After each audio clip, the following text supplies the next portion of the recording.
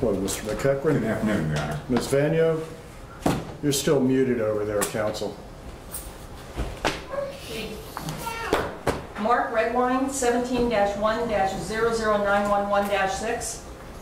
Your Honor, that matter appears before this court in the fugitive complaint. Mr. Redwine is appearing and has been charged in Colorado with count 1 murder in the second degree and also child abuse, count 2 knowing or reckless abuse resulting in death. Okay.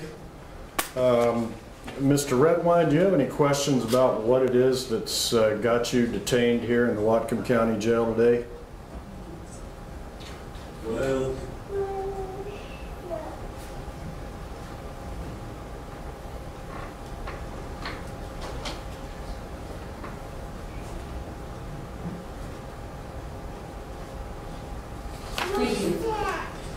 All right. no, Your Honor.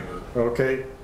As indicated by Mr. McEachran, they're seeking, the state is seeking to detain you on the basis of this warrant out of La Plata County Sheriff's Office in the city of Durango, County of La Plata, state of Colorado, where they are claiming you are charged with murder in the second degree and child abuse resulting in death. I am looking at a Bellingham Police Department PC summary that would appear to confirm this demand. I'm also looking at a copy of the arrest warrant that issued out of Colorado, which would appear on its face to confirm these charges. Also looking at a copy of affidavit for a search warrant, which appears on its face to establish a factual basis for probable cause on these charges. What's the state's position at this time on a return date and bail, please? Your Honor, the state would ask for a return date on the 30 days. That would be standard. As far as bail, and as the court received a document from La Plata County that is a grand jury indictment and the factual basis for the charge. I'm looking at what appears to be a copy of a search warrant affidavit. This document right here. Your Honor, perhaps I can give the court a little detail because I do have a copy of the court document that was filed that really came out of a grand jury. It's a grand jury indictment. Why don't I place you under oath to do that, please? You swear to tell the truth, whole truth, and nothing but the truth. I do, Your Honor. Okay, state your name for the record, please. My name is David McEachran. I'm the prosecuting attorney for Whatcom County, Washington. Go ahead, please. Your Honor, I received this document which gives a underlying background for the charges the defendant is appearing for today, and also spoke to the prosecutor in La Plata County. This matter has been filed, and it was a grand jury indictment, and subsequently a warrant was issued on the 20th of July this month.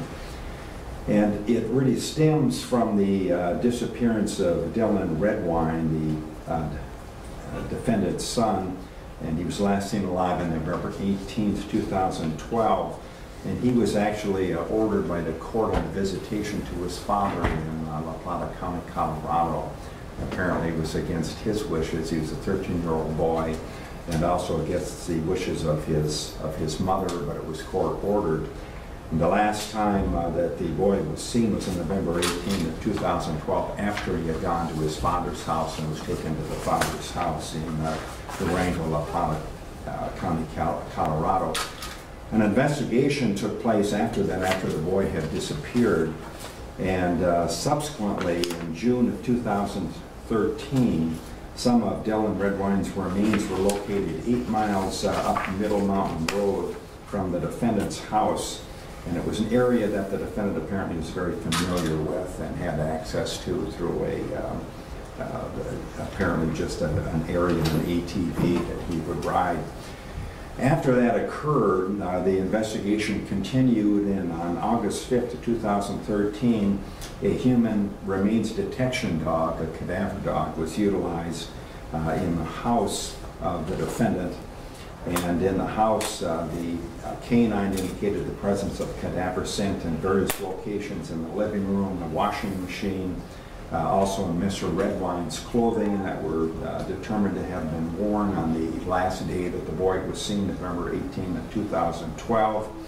Also later, and this would have been later on in this investigation, the Dodge pickup truck that the defendant was driving, the dog alerted to the presence of human cadaver scent in the bed of the truck. In addition, the investigation showed that Dylan Redwine's blood was found in multiple locations in this home of the defendant's, and that was determined to be Dylan's through DNA analysis on one of the various spots that were there. After that occurred, the investigation was still ongoing, and on November 1st, 2015, hikers further up Middle Mountain Road from where the remains had been found located Dylan Redwine's skull. And this was approximately 1.5 miles away from where the rest of the body was discovered. And after the skull was examined, a forensic pathologist believed that there was blunt force trauma. And it was a forensic anthropologist, and apparently blunt force trauma in 2 locations, and also there were tool marks that appeared to be from a knife on one of the locations. And the remains were further away than belief could have occurred if an animal had removed the head from where the rest of the body was. And the background in this case indicated there was a very hostile divorce situation, and there was a great deal of hostility on part of this defendant during that process. So, Your Honor, I believe that this really is some of the underpinning for the bail request. The bail that the Colorado authorities asked for was $1 million in cash only. The defendant is a long-haul truck driver, and when the warrant was issued, it was put out nationwide for extradition. And at this point, they discovered through GPS that his truck was located in Whatcom County in the city of Bellingham.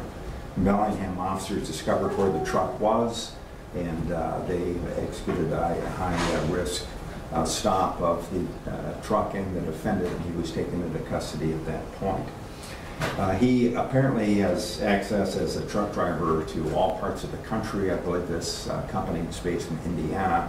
And I know that the Colorado authorities are very worried that if he were released on insufficient bail, that he would not appear. The interest we have, of course, in this matter is to make sure that he is here so that the extradition process can go forward.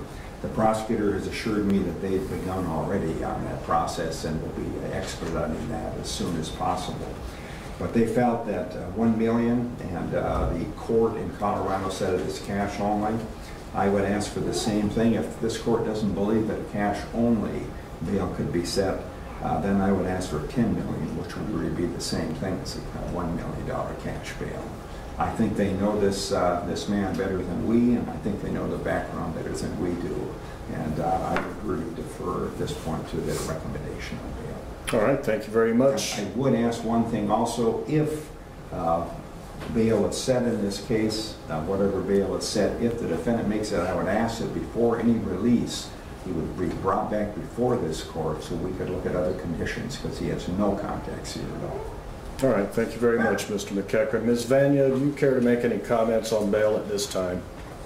I would note for the court that PC was found over the weekend, according to the notes that I have, and the bail was set at $1 million. I don't believe it would be appropriate to make a change at this stage.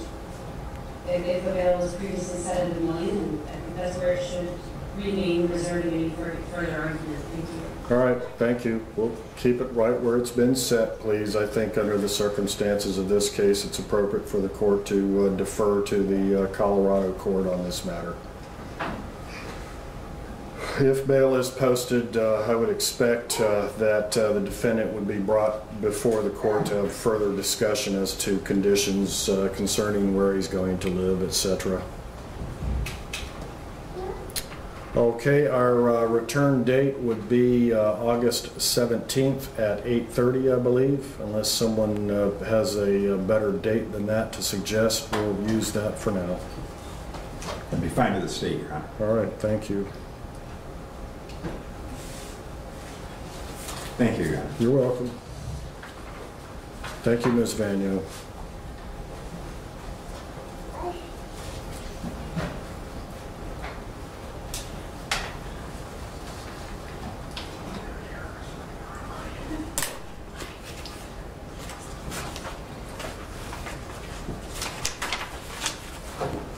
Here's the fugitive complaint, and here's the order.